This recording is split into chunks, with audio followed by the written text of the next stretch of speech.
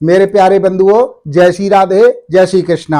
आज हम बात करेंगे मीन राशि के ऊपर कि मीन राशि वाले जातक कैसे होते हैं, इनका गुण स्वभाव क्या होता है एवं मीन राशि के जिंदगी में किस प्रकार के सुख भोगते हैं, किस प्रकार के दुख भोगते हैं, किस प्रकार की इनकी जिंदगी में परेशानियां आती हैं और अगर परेशानियां आती हैं तो उनसे छूटने का उपाय क्या है, कि ऐसा क्या उपाय करें कि इनकी जिंदगी में परेशानियां ना आए। इन सब बातों पर आज बात करेंगे और मैं आपको बताऊंगा कि मीन राशि वाले जातक किस प्रकार से सुखी जीवन व्यतीत कर सकते हैं। इससे पहले मैं अनुग्रह करूंगा और आग्रह करूंगा कि आप मेरे YouTube चैनल चेतनवाणी को सब्सक्राइब करें, लाइक करें, शेयर करें और घंटी वाला बटन अवश्य दबाएं, जिससे कि आने वाला जो भी समाचार है, जो भी जानकारी है, वो आप तक आसानी से पहुंच जाए और आप उसको प्राप्त कर सकें। तो आइए जानते हैं मीन राशि के बारे में कि मीन राशि वाले किस प्रकार से महान सुख को भोग सकते हैं। तो सबसे पहले तो ये जानते हैं कि मीन राशि किन जातकों की होती है।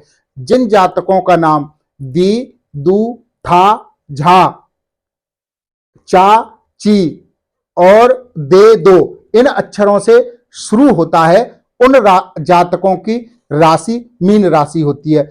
आप इसको अपनी जन्म कुंडली के अनुसार भी जान सकते हैं कि अपनी जन्म कुंडली में जाएं। जैसा कि हम जानते हैं जन्म कुंडली में 12 खाने होते हैं और 12 ही नंबर लिखे होते हैं, जिनको हम राशि बोलते हैं। तो आप देखें कि आप अपनी जन्म कुंडली में जाएंगे तो 12 खाने होंगे, 12 नंबर लिखे होंगे। यहां 12वें नंबर पे अगर आपका चंद्रमा बैठा है तो समझ जाइए कि आपकी जो राशि है वह मीन है। तो मैं आशा करता हूं कि आप समझ गए होंगे कि आपकी मीन राशि है तो किस प्रकार है।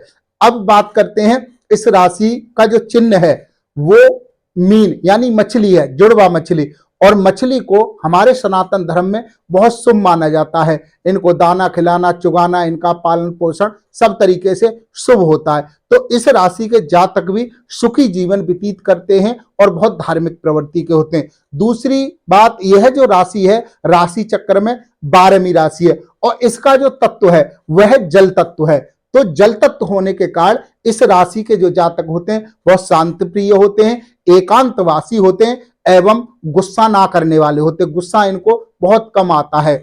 बहुत धार्मिक प्रवृत्ति के होते हैं, उदार व्यक्ति के प्रवृत्ति के होते हैं और धार्मिक कर्म करने वाले होते हैं। दूसरी बात करें इनके शरीर की कदकाठी की, तो शरीर का जो कद होता है वो मध्यम होता है और इन राशियों का जो बनावट होती है, चेहरा गोल होता है, रंग गोरा होता है एवं इनका जो आंखें हैं वो थोड़ी छोटी होती हैं। ज्ञान में बहुत प्रखर होते हैं और इनकी बुद्धि बुद्धिजीवी होते हैं, इनकी बुद्धि बहुत तेज होती है। हर आने वाली घटना को यह पहले ही भांप लेते हैं कि हमारे जीवन में क्या घटना आने वाली है।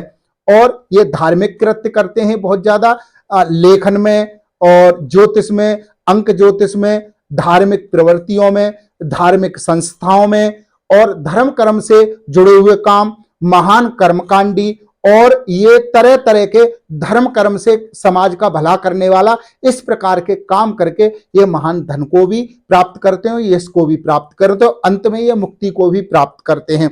सरकारी नौकरी की बात करूं तो लेखन में क्लर्क हो सकते हैं, अच्छे वक्ता हो सकते हैं और समाज का नेतृत्व करने वाले हो सकते हैं। किसी बड़े पद पे बैठ करके जहां न्याय होता है उस पद पे भी विराजमान हो सकते हैं। और ये जो क्लर्क वगैरह की पद प्रतिष्ठा, शिक्षक, अच्छे शिक्षक हो सकते हैं, टीचर हो सकते हैं, सरकारी जो शिक्षा से संबंधित जो संस्थाएं होती हैं उनमें कार्यरत हो सकते हैं।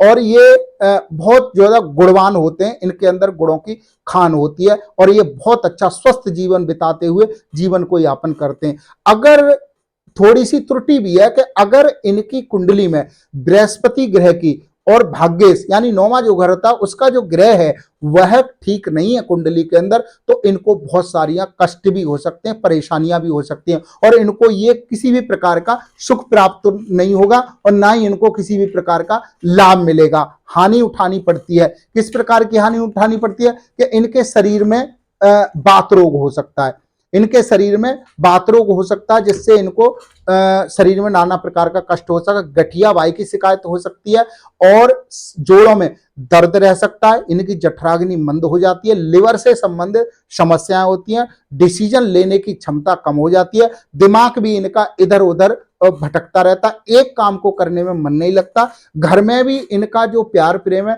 वह नहीं मिलता, घर में वाद विवाद, खासकर पत्नी के साथ वाद विवाद इन्हें बना रहता है, गृहस्थ जीवन का सुख नहीं मिलता, वह साधु प्रवृत्ति इनके अंदर बैठ जाती है, संसार से विरक्ति भी बैठ जाती है दिमाग के अंदर, मन के अंदर, और संसार में ये ऐसे लगते हैं जैसे संसार में मेरा कोई अपना नहीं है। कभी कभी ये भिक्षावृत्ति करके भी अपना जीवन यापन करते हैं, अगर ज्यादा गले में बहुत सारी मालाएं डाल लेते हैं और विरक्त जीवन ये जीते हैं, अगर बृहस्पति और इनका भाग्य खराब हो जाए।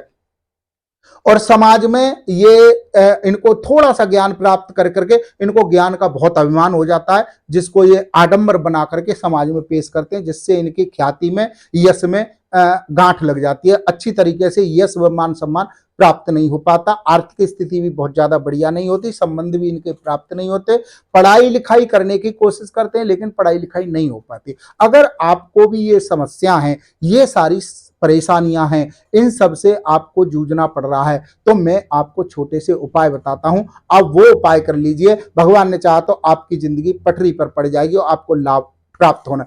सबसे पहले आप दुनिया का जितना बार पूजा पाठ करते हैं सब छोड़ दीजिए, केवल भगवान विष्णु की पूजा कीजिए। भगवान विष्णु की पूजा करने से आपको समस्त पूजाओं का लाभ मिलने लगेगा। हर बृहस्पतिवार का आप व्रत करना शुरू कीजिए, 3 केले किसी मंदिर में आप दे करके भगवान विष्णु के चरणों में चढ़ा करके वहीं बैठ करके कुछ अपनी जेब से 1 रुपया 2 रुपया जो भी आपकी श्रद्धा हो दक्षिणा चढ़ा करके वहीं बैठ करके ओम नमो भगवते वासुदेवाय इस 12 अक्षर मंत्र का जाप कीजिए, जिससे आपको बहुत सारा लाभ होगा। माथे पर केसर का टीका लगाएं, कभी भी झूठ ना बोलें, झूठ बोलने की जो स्थिति है उसको छोड़ दें। दूसरा, किसी से भी मुफ्त में किसी भी प्रकार की कोई वस्तुएं ना लें और बुजुर्गों की खूब सम्मान करें, बुजुर्गों का आदर सम्मान करें और बृहस्पतिवार के दिन पीपल के वृक्ष में जल चढ़ाएं और वहीं बैठ करके थोड़ा सा आप भगवान विष्णु के मंत्र का जो मैंने अभी बताया उसका जाप करें।